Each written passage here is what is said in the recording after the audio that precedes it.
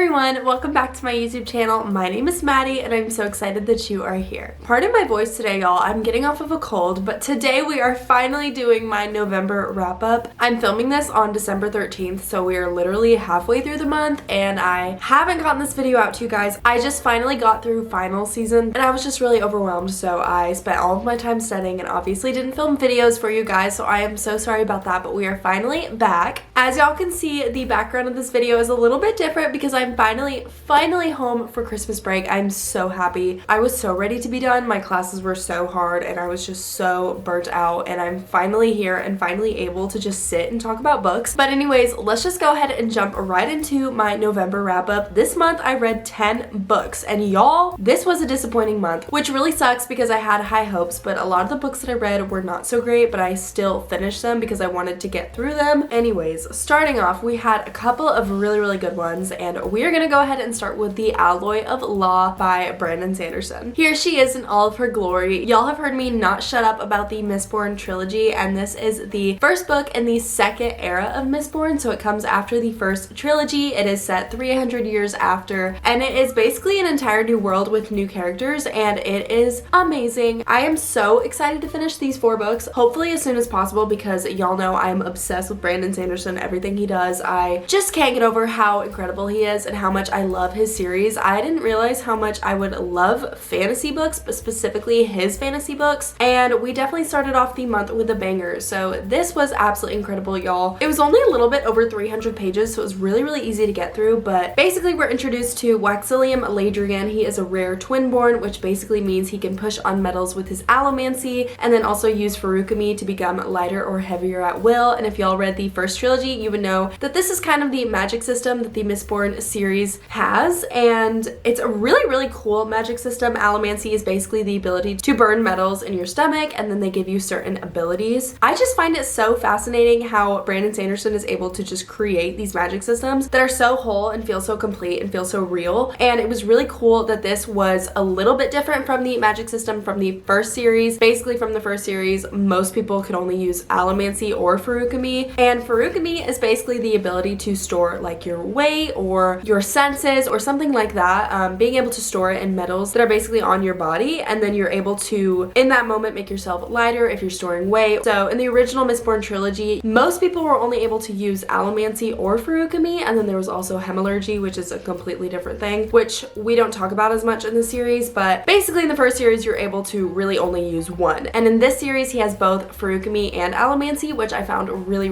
fascinating. And I'm hoping that we're going to learn more about hemallurgy, which is another sort of magic system in the series in the upcoming books, but I don't really know how that's going to go. But basically the gist was I really enjoyed this one. I thought it was so cool. I thought it was so cool how different it was from the original trilogy, but it also had so many little things in it that were from the original trilogy, and I just found it very interesting and really cool how Brandon Sanderson sort of switched into this new era from the old era, and it felt very nostalgic, and it honestly made me kind of really emotional because the first series is one of my most favorite series of all time, if not my most favorite. This was kind of an emotional roller coaster, but also one of the best sort of new era books I've read in forever. So y'all, there's so much going on outside. There's like airplanes, there's people doing yard stuff. I'm so sorry, but anyways, I'm just gonna keep going. So this follows Wax and Wayne. They're sort of like a duo who basically fights crime in their little region. They normally live in the Roughs, but they have kind of come into the big city of Elendel and sort of gotten involved with a lot of crime and a lot of bandit action happening there, and it's really fun, really easy to get through, and it was just a good time. So anyways, I definitely recommend the first trilogy. I know a lot of the words that I've said in this video are very confusing, especially about the magic systems, but it was so worth it and really just kind of changed my life. So if you have not read the Mistborn series, you definitely should, and if you have read it and have not read the second era, you definitely should as well. I gave that book a 5 out of 5 stars. I give pretty much every Brandon Sanderson book I read a 5 or 6 star because it's just that amazing, and I feel like I just get so sucked into his world. So that was not a shocker for me, and I'm so glad I read it because I really just started off the month right, and it was perfect in every way. It had everything I want in a book. It had everything I want in a fantasy. It pretty much just fulfilled me completely, and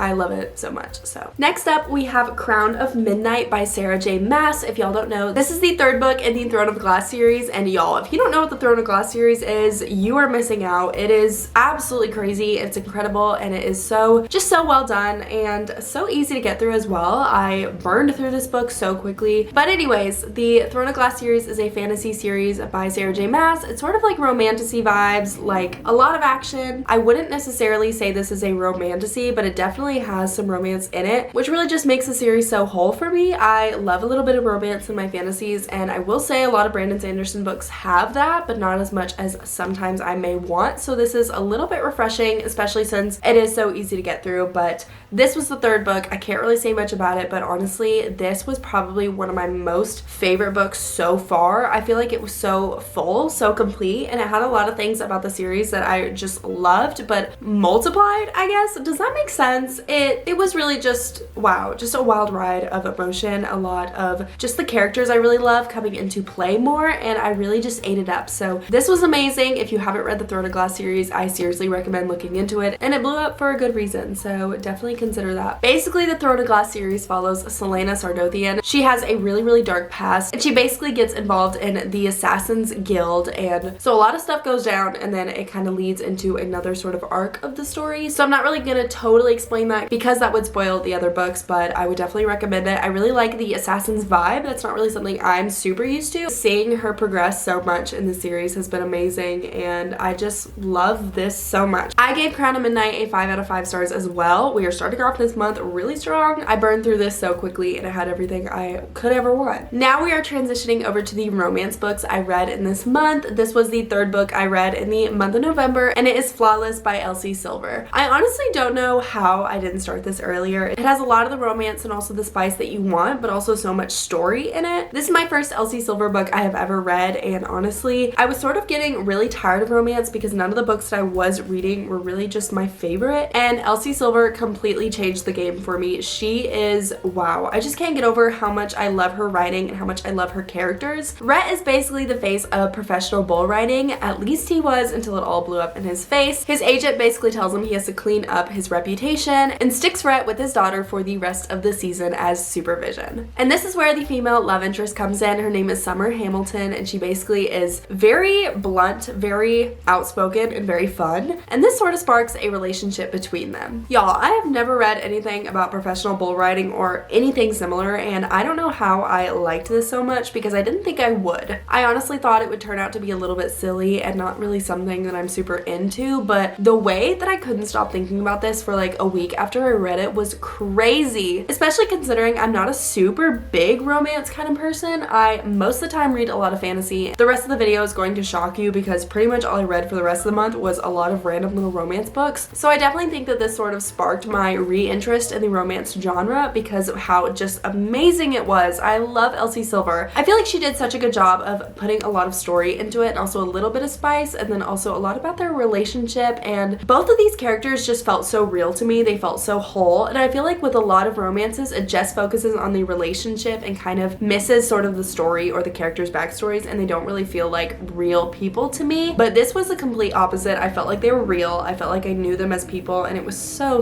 good. I will say Rhett was sort of the teasy, sort of mean type, and normally I don't love that because it's just so overdone, but Elsie Silver did a really good job of making him have such a soft side that really showed a lot, which definitely kept my interest because it made me really want to see more of him and more of just his soft side. His sort of mean moments didn't bother me so much because I knew that maybe he was just hurting or there was something going on with him personally, because he is truly such a good person, and I was really just waiting for that to sort of come out and for Summer to just bring that out in him. So this just kept my interest the entire time, and a lot of the time romance books don't do that, so I was really happy with how this one turned out. I gave Flawless a 4.75, so also really good, a really good rating. I don't think I mentioned this, but this is from the Chestnut Spring series, and at this point in the month I was really excited to keep reading this series, and I did read the second book in the series later in the month, but we will get to that in a minute. This next part of the month I read a lot of Kindle Christmas short stories, and the first one I read really sparked my interest because it's from a very well-known author, and that is Cruel Winter with You by Ali Hazelwood. This book was only 70 pages, but I am including it as like its own little thing because it was a short story and it was the first book out of 5 in a short story collection. So this one really shocked me by how much I liked it. I was not expecting this. Because it is a short story, I feel like it's really hard to sort of put so much into a small 70-page little book and really make me feel like I was in the book and I was living it, and this basically did just that. Cruel Winter with You is book 1 out of 5 of the Under the Mistletoe collection on my Kindle app, and basically this book followed Jamie Malek and then her best friend's troublemaking brother Mac. He's basically a tech billionaire and he is the one that got away in their story. They have a lot of history together, and basically the short story followed that, and it kind of went through a lot of their memories, which I thought was so cool and such a cool way to do this. They were basically each other's romantic interest once upon a time, and then she broke his heart and he really never got over her, and it was that sort of situation where he was just so obsessively in love with her and she just couldn't reciprocate it because she was scared, and it really just went through all of their memories and their history together, and it made it seem like they were a real couple, and I really just got so invested in their story within the span of 70 pages, which I thought was really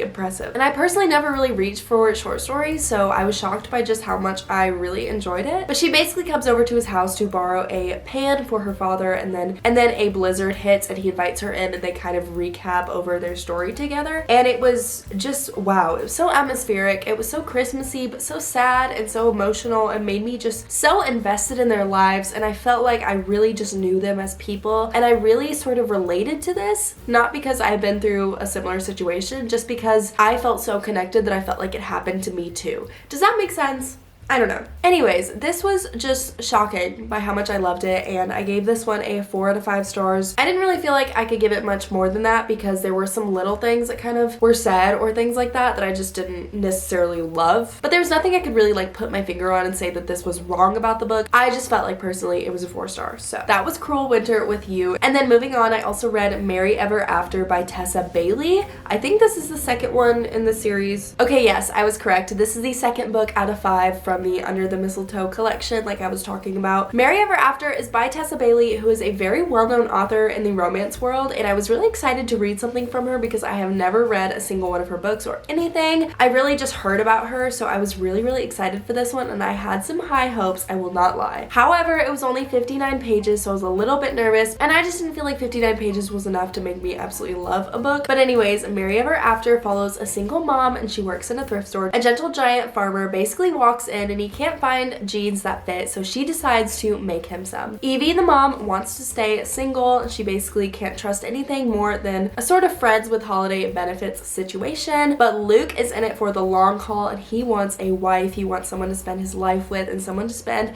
his very special Christmas dinner with. So he walks into the thrift store and he asks for a pair of jeans. She takes no measurements, nothing, and then suddenly brings him a pair of jeans that fit him perfectly. And I was like, what?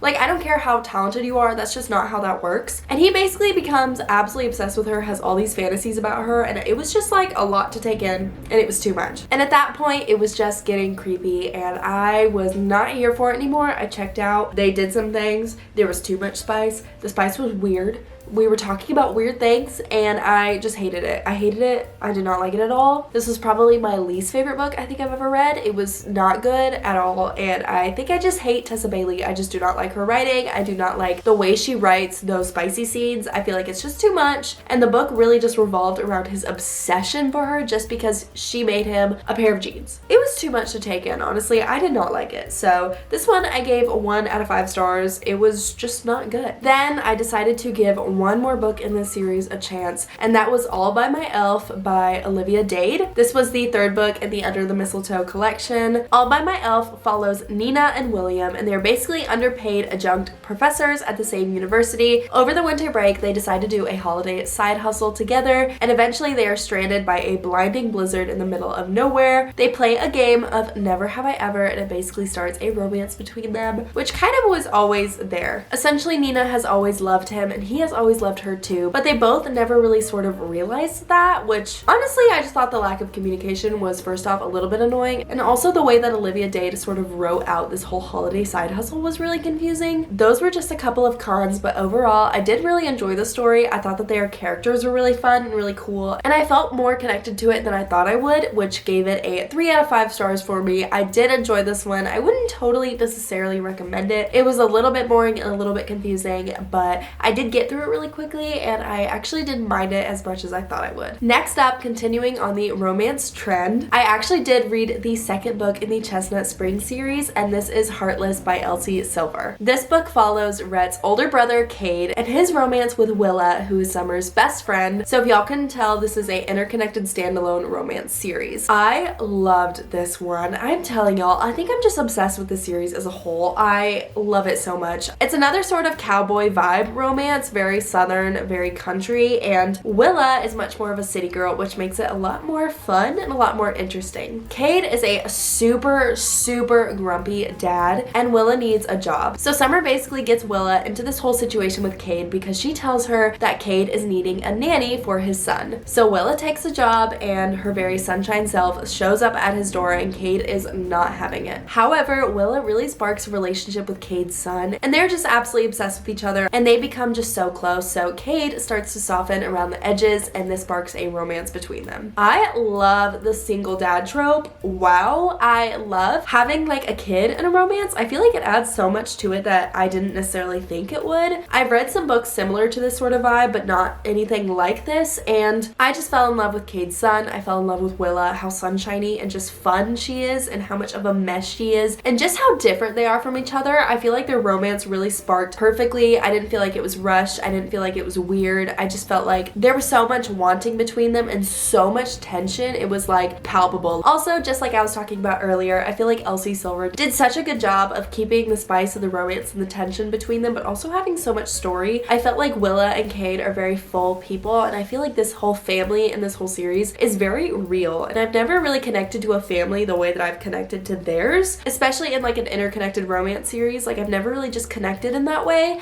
and I feel like I am attached to these characters. Like I don't want to let them go. I keep thinking about them. I'm still thinking about them, and Elsie Silver has really just impressed me in that way. So this one I gave a 4.5 stars out of 5. It was absolutely wonderful. There was a little bit too much spice. There was a little bit more that I was wanting, but also something I've really kind of realized about myself is that I'm not super into all the spice in romance books. So, and that's just something that these sort of books have. So that didn't really lose too many points for me. It was just a little bit too much, but still 4.5 out of 5 stars, which was a great turnaround for the rest of the month. Next up in this month, I read Same Time Next Year by Tessa Bailey, and I'm just now realizing that this is by Tessa Bailey. I don't think I realized that when I saw it in my Prime reading, or I probably wouldn't have read it, but I'm glad I did. Same Time Next Year is a romance novella, so it's pretty short, and it follows Britta. She basically is an ambitious waitress, and she works at Sluggers. This popular bar holds a special place in her heart and is a regular hangout for the Bridgeport Bandits, the local hockey club. Britta has a half-brother on the team, and she has a strict no dating policy for the hockey boys, but she does have a soft spot for one of the players, and his name is Sumner. On New Year's Eve, the team begs Britta to marry Sumner that very night because basically his only chance to stay in Bridgeport is to marry an American woman and get a green card. Otherwise, he will be sent back to Canada. So basically, Britta does it. She goes through with the marriage, and she has a lot of strict rules about it. She doesn't want to get too involved because she doesn't want to fall in love with him. But eventually, of course, she does, and their relationship is so wholesome. What I really loved about this one, a lot of it didn't really make sense, like the whole green card thing and the whole hockey thing, but that I can look over. Like there were a lot of little details that I was like, that's not how that works, but I can look over that because Sumner was a full-out golden retriever boy. He was so sweet to her and so madly in love with her and obsessed with her and so kind to her. Really was the perfect guy to her, and I was all about that because I feel like I read so many romances where the guy is just mean, he's just grumpy, and he's just not kind, and I feel like Sumner was the exact opposite, and it was very, very refreshing. Also, the way their relationship played out was really slow burn sort of vibes, but there was some points where Britta was really falling for him, and I was kind of like, girl, based on what you have said in the past, how could you possibly be falling for him? And it just didn't make a lot of sense. So this one I ended up giving a 3.5 out of 5 stars, which was better than I was definitely expecting, so I was really excited about that. Just those little things, like for example, the technicalities of how his green card was supposed to work and all of that just didn't totally make sense, but I definitely was able to look past that that just because of how much I was obsessed with their relationship. I feel like for sure, like I said earlier, there was some points where I was like, how are you falling for him when you basically have said that you like refuse to do so? But I did feel like Tessa Bailey did a good job of drawing out their relationship and making them feel very real for the short amount of pages that she had. And then next was the last book I read on my Kindle app. I sort of was just reading a lot of books that were free with my Prime subscription. So the next book I read was Twisted Love by Anna Huang. I just felt like I had to read it at some point just because it is so TikTok famous. And I think this might be the last TikTok famous book that I'm going to read for a hot minute because it was not good. Twisted Love follows Alex and Ava's relationship. Ava's basically Alex's best friend's younger sister, and she's sort of scared of Alex. Like, he's just very mean and has this sort of like scary vibe to him, and she doesn't totally like him. However, Ava's older brother Josh leaves and he goes off to some sort of schooling thing he's doing, so Alex is forced to look after his little sister, which I didn't feel like was necessary and was kind of an escape route to get them together, but we're just gonna keep going. Ava Chen is a very free-spirited girl. She's super sweet, she's very summery, and Alex is very like negative in the dumps sort of about life, like definitely a pessimist, which sometimes I like that dynamic, but in this case I definitely didn't. Ava has a really dark past and she's really scared of swimming and things like that just because of the things that have happened to her, and so her and Alex start to spend a lot of time together, and Alex basically helps her get over her fear. But anyways, they basically fall in love and they start spending a lot of time together, and then a lot of other crazy stuff happens that I can't get into,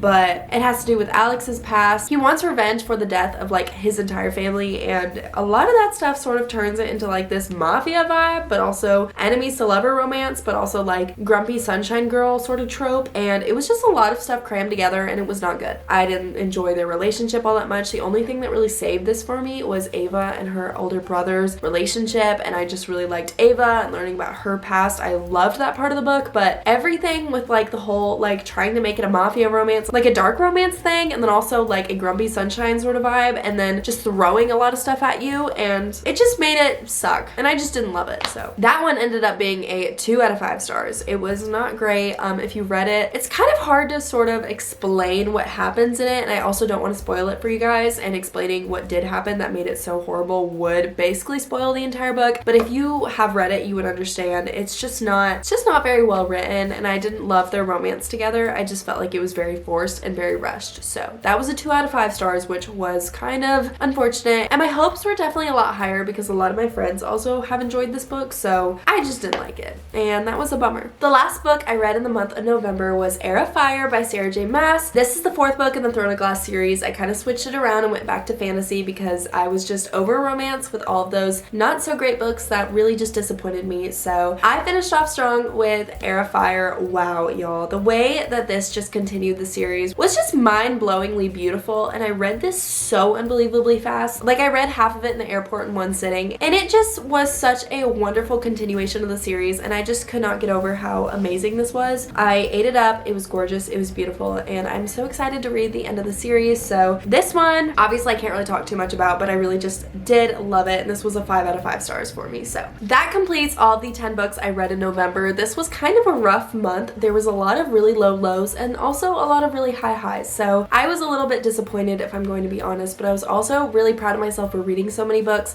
Some of them were short stories, but that's not really something I normally do, and I really was just excited to read some Christmas related books. So that was my November wrap up. I hope y'all enjoyed. I am so sorry for the outside noise. This is going to be going on all day, and this is really the only day I can film for the next couple days, so I wanted to get this up and out to you guys. I love y'all so much. Thank y'all for watching, and thank y'all for continuing to support me. Y'all are such a big blessing to me, and I'm sorry for being a little bit MIA just because of finals and things like that, but I love y'all so much. I will see y'all in the next couple of videos, and yeah, bye.